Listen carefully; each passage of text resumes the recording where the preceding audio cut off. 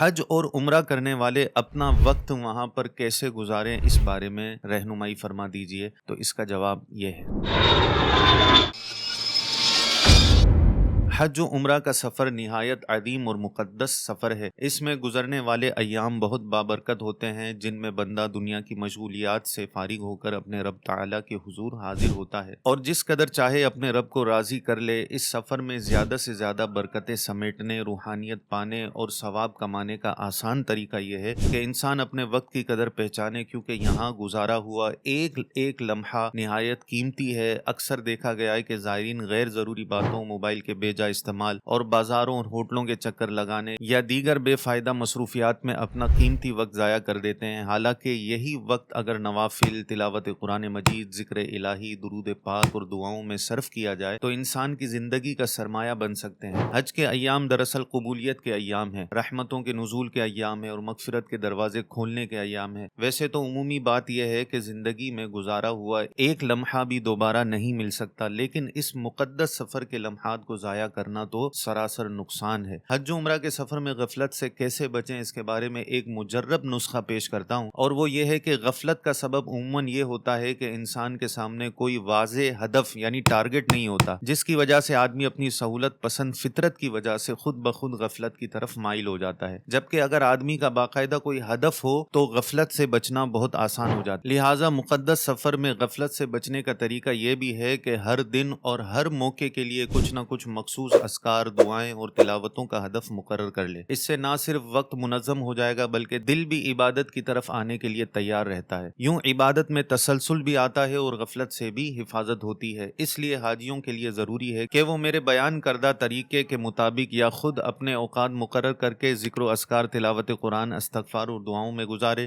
یاد رکھے کہ جو زبان یہاں اللہ کے ذکر میں مشغول ہوگی وہ انشاءاللہ ہمیشہ کے لیے ذکر کی عادی بن جائے گی، اور جو دل یہاں یاد الہی میں زندہ ہو گیا وہ ہمیشہ خدا کی یاد میں مشغول رہ کر زندہ رہے گا۔ اسی مقصد کے پیش نظر کچھ دعائیں اور وظائف آپ کے ذوق کے لیے پیش کرتا ہوں، تاکہ زائرین حرمین اپنے قیمتی لمحات کو ایک واضح تربیت اور ہدف کے ساتھ گزار سکیں، ان کی عبادت میں نظم بھی پیدا ہو جائے، وہ غفلت سے بھی محفوظ رہیں اور اس عظیم سفر کی برکتوں کو بھرپور طریقے سے سمیٹ سکیں۔ اللہ تبارک و تعالی ہمیں ان پر عمل کرنے کی توفیق عطا فرمائے اور ہمارے سفر کو مقبول و مبرور بنائے۔ سب سے پہلے تو یہ ہے کہ مختلف مواقع کی دعائیں آپ پڑھیں۔ حج و عمرہ میں بہت سارے مقامات پر بہت ساری دعائیں پڑھنے کی ہیں، جیسے گھر سے نکلنے کی دعا، سواری کی دعا، سفر کی دعا، منزل پر پہنچنے کی دعا، مکہ مکرمہ میں داخلے کی دعا، مسجد میں داخلے کی دعا، خانہ کعبہ پر نظر پڑنے کی دعا، پھر حج و عمرہ کے افعال کی دعائیں، طواف کے ہر چکر کی دعائیں، الغرض اس طرح کی دعاؤں کی ایک بڑی تعداد ہے۔ ان سب دعاؤں کو پڑھنے کے لیے آسان طریقہ یہ ہے کہ دعاؤں کی کتاب یا حج و عمرہ کی کتاب ساتھ میں رکھی جائے۔ مشہور کتابیں اس بارے میں آتی ہیں، رفیق الحرمین، رفیق المعتمرین۔ یہ کتابچے چھوٹے چھوٹے پاکٹ سائز کے اپنے ساتھ رکھیں اور ان دعاؤں کو ان میں سے دیکھ کے پڑھتے رہیں۔ خصوصاً تلبیہ پڑھنے کا موقع اسی سفر میں ہے تو اسے اس موقع پر زیادہ سے زیادہ پڑھیں۔ تلبیہ لبیک اللہم لبیک، لبیک لا شریک لک لبیک، ان الحمد والنعمت لک والملک لا شریک لک، تو یہ تلبیہ کثرت کے ساتھ پڑھیں۔ یاد رکھیں کہ طواف کے وقت تلبیہ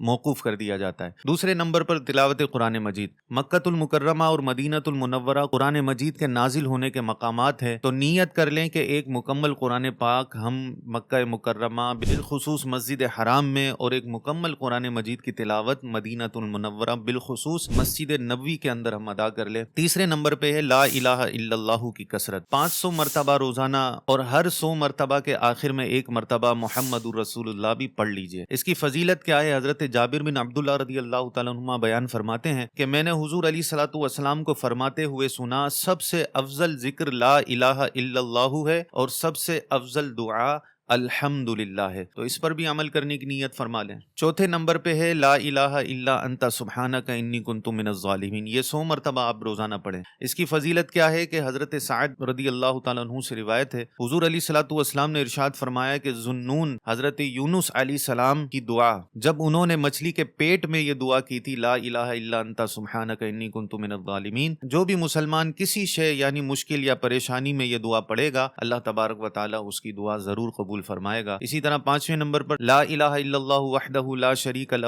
لہ الملک ولہ الحمد وہو علی کل شیء قدیر۔ صبح شام 10 مرتبہ یہ دعا پڑھیں۔ آسانی کے لیے فجر اور عصر کے بعد یہ دعا پڑھی جائے۔ حضرت ابو ہریرہ رضی اللہ تعالیٰ عنہ سے اس کی فضیلت مروی ہے، حضور علیہ الصلوۃ والسلام نے فرمایا کہ جو شخص صبح کے وقت یہ کلمات 10 مرتبہ پڑھے، لا الہ الا اللہ وحدہ لا شریک لہ لہ الملک ولہ الحمد وہو علی کل شیء قدیر، تو اس کے لیے 100 نیکیاں لکھی جاتی ہیں، اس کے 100 گناہ مٹا دیے جاتے ہیں اور اسے ایک غلام آزاد کرنے کا ثواب ملتا ہے اور وہ اس دن تک محفوظ رہتا ہے۔ اور جو شخص یہی کلمات شام کے وقت پڑھے گا تو اس کے لیے بھی اسی طرح کا اجر لکھا جائے گا۔ اسی طرح 6 نمبر پر سبحان اللہ وبحمدہ سبحان اللہ العظیم، یہ 100 مرتبہ روزانہ پڑھے۔ اس کی فضیلت میں آتا ہے، حضرت ابو ہریرہ رضی اللہ تعالیٰ عنہ سے روایت ہے، حضور نے فرمایا صلی اللہ علیہ وآلہ وسلم، 2 کلمے ایسے ہیں جو زبان پر بہت ہلکے ہیں، میزان پر بہت بھاری ہیں، رحمان کو بہت محبوب ہیں، سبحان اللہ وبحمدہ سبحان اللہ العظیم، تو اس کا بھی ورد کریں۔ اسی طرح سبحان اللہ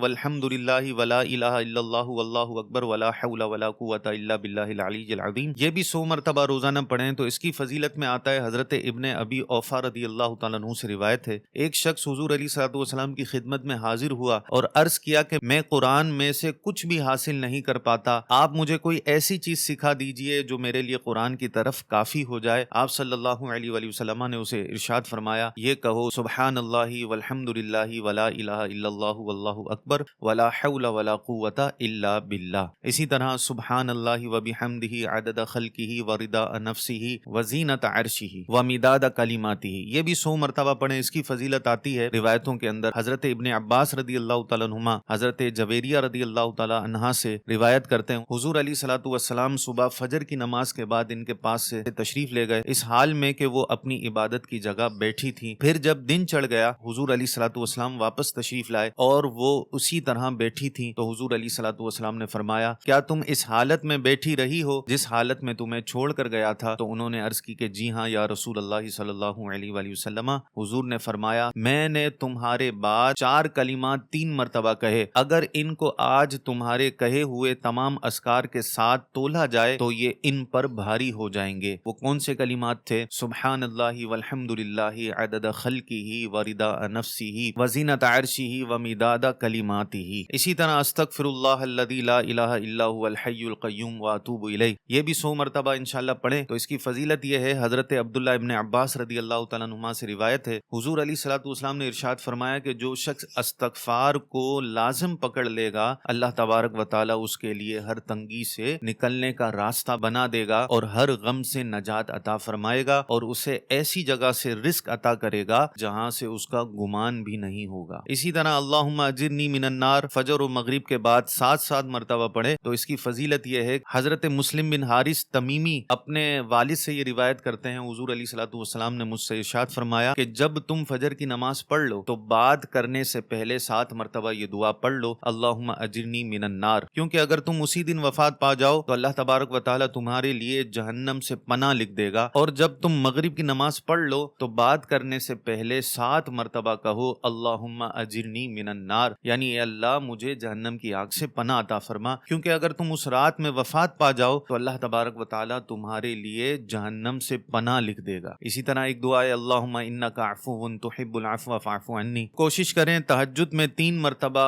ہو سکے تو ہر نماز کے بعد بھی اس کو پڑھ لیں۔ تو اس کی فضیلت میں آتا ہے، حضرت عائشہ صدیقہ رضی اللہ تعالیٰ عنہ فرماتی ہیں کہ میں نے عرض کیا یا رسول اللہ صلی اللہ علیہ وآلہ وسلم، اگر مجھے معلوم ہو جائے کہ کون سی رات لیلۃ القدر ہے تو میں اس میں کیا دعا مانگوں؟ تو اللہ تبارک و تعالیٰ کے حبیب علیہ الصلوۃ والسلام نے ارشاد فرمایا، یہ پڑھو اللہم انک عفو تحب العفو فاعف عنی، یعنی اے اللہ بے شک تو معاف فرمانے والا ہے، معاف کرنے کو پسند کرتا ہے، مجھے بھی معاف فرما دے۔ اسی طرح ایک دعا ہے، اللہم انی اسألک علما نافعا ورزقا طیبا وعملا متقبلا، فجر کی نماز کے بعد اس کو 3 مرتبہ پڑھیں۔ اس کی فضیلت میں آتا ہے، حضرت ام سلمہ رضی اللہ تعالیٰ عنہا سے روایت ہے، حضور علیہ الصلوۃ والسلام جب صبح کی نماز سے سلام پھیرتے تو یہ دعا کیا کرتے تھے، اللہم انی اسألک علما نافعا ورزقا طیبا وعملا متقبلا۔ اسی طرح ایک دعا ہے، اللہم انی اسألک العفو والعافیۃ فی الدین والدنیا والآخرہ، صبح و شام 11 مرتبہ پڑھیں۔ اس کی فضیلت میں آتا ہے، عبداللہ ابن عمر رضی اللہ تعالیٰ عنہما سے روایت ہے کہ حضور علیہ الصلوۃ والسلام صبح و شام یہ دعائیں نہیں چھوڑتے تھے، اللہم انی اسألک العفو والعافیۃ والعافیۃ فی الدین والدنیا والآخرہ۔ اسی طرح آیت الکرسی پڑھنے کا معمول بنائے ہر نماز کے بعد ایک مرتبہ۔ اس کی فضیلت میں آتا ہے حضرت ابو امامہ باہلی رضی اللہ تعالیٰ عنہ سے روایت ہے، جس شخص نے ہر فرض نماز کے بعد آیت الکرسی پڑھی اسے موت کے علاوہ جنت میں داخل ہونے سے کوئی چیز رکاوٹ نہیں ہو سکتی۔ اسی طرح اللہم اغفر لی لامتی حبیبک محمد اللہم ارحم امت حبیبک محمد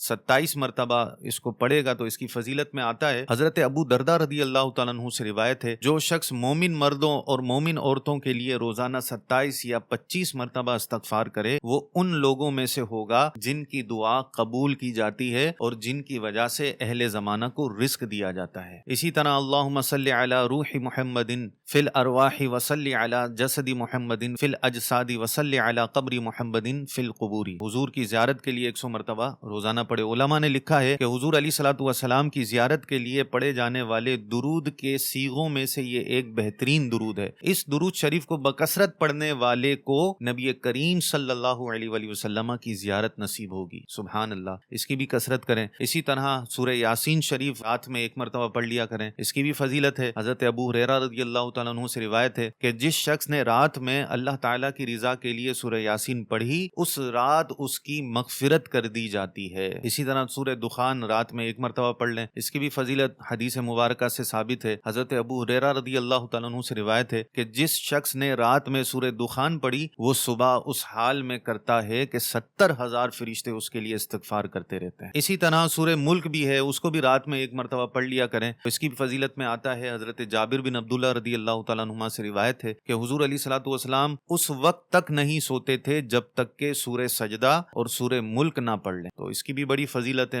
اسی طرح تہجد کی پابندی کریں، جس میں کم سے کم 2 رکعتیں اور زیادہ سے زیادہ 12 رکعتیں جبکہ 8 رکعتیں پڑھنا بھی بہت عمدہ ہے۔ اس میں ہر رکعت میں سورہ فاتحہ کے بعد 3 مرتبہ سورہ اخلاص کی تلاوت کر لیں۔ اس کی فضیلت میں آتا ہے حضرت بلال رضی اللہ تعالیٰ عنہ سے روایت ہے، حضور علیہ الصلوۃ والسلام نے ارشاد فرمایا، رات میں قیام کو اپنے اوپر لازم کر لو کہ یہ اگلے نیک لوگوں کا طریقہ ہے اور تمہارے رب عز و جل کی طرف قربت کا ذریعہ ہے، گناہوں سے روکنے والا اور گناہوں کو مٹانے والا اور جسم سے بیماری کو دور کرنے والا ہے۔ اسی طرح نماز مغرب کے بعد 6 رکعت نوافل اوابین کی نیت سے ادا کر لیں۔ حضرت ابو ہریرہ رضی اللہ تعالیٰ عنہ سے روایت ہے کہ جس شخص نے مغرب کے بعد 6 رکعتیں پڑھی ان کے درمیان کوئی بری بات نہ کی تو وہ رکعتیں اس کے لیے 12 سال کی عبادتوں کے برابر ہو جائے گی۔ اس کی بھی بڑی فضیلت ہے، اس کو بھی اپنا لیجئے، اس کو بھی عمل میں لے کر آئیے۔ صلاۃ التسبیح 1 مرتبہ روزانہ کم از کم شب جمعہ میں اس کو پڑھ لیجئے جب تک آپ حرمین میں ہیں، اللہ کرے کہ اس کے بعد بھی ہماری عادت ہو جائے۔ اس کی فضیلت میں آتا ہے صلاۃ التسبیح پڑھنے والے کے تمام گناہ بخش دیے جاتے ہیں، اگلے ہوں، پچھلے ہوں، پرانے ہوں، نئے ہوں، غلطی سے کیے ہوں یا جان بوجھ کے کیے ہوں، چھوٹے ہوں، بڑے ہوں، پوشیدہ ہوں، ظاہر ہوں۔ سبحان اللہ، کتنی زبردست فضیلت ہے۔ اللہ تبارک و تعالی ان سارے اعمال پر ہمیں عمل کرنے کی توفیق نصیب فرمائے۔ ان اعمال پر عمل کرنے کی برکت سے اللہ تعالی ہم سب کی حتمی بخشش و مغفرت فرمائے، اور جو حرمین طیبین جا رہے ہیں اللہ تعالی بالخصوص انہیں بھی پڑھنے کی توفیق نصیب فرمائے، اور جو نہیں جا رہے ہیں، جن کے پاس اسباب نہیں ہیں اور وہ یہیں پر رہ کر یہ ذکر و اذکار کرتے ہیں، اے مالک کریم انہیں بھی غیب سے اسباب عطا فرما، انہیں بھی اپنے مبارک گھر کا طواف کرنے کی توفیق نصیب فرما، اپنے حبیب علیہ الصلوۃ والسلام کے روضہ انور کی زیارت نصیب فرما، آمین بجاہ النبی الامین صلی اللہ علیہ وسلم۔ اگر آپ چاہتے ہیں کہ اس ویڈیو کے ذریعے کسی کے عمل میں اضافہ ہو اور اس کی بخشش کا ذریعہ بنے اور آپ کو خوب نیکیاں ملیں تو اس ویڈیو کو ضرور شیئر کیجیے گا۔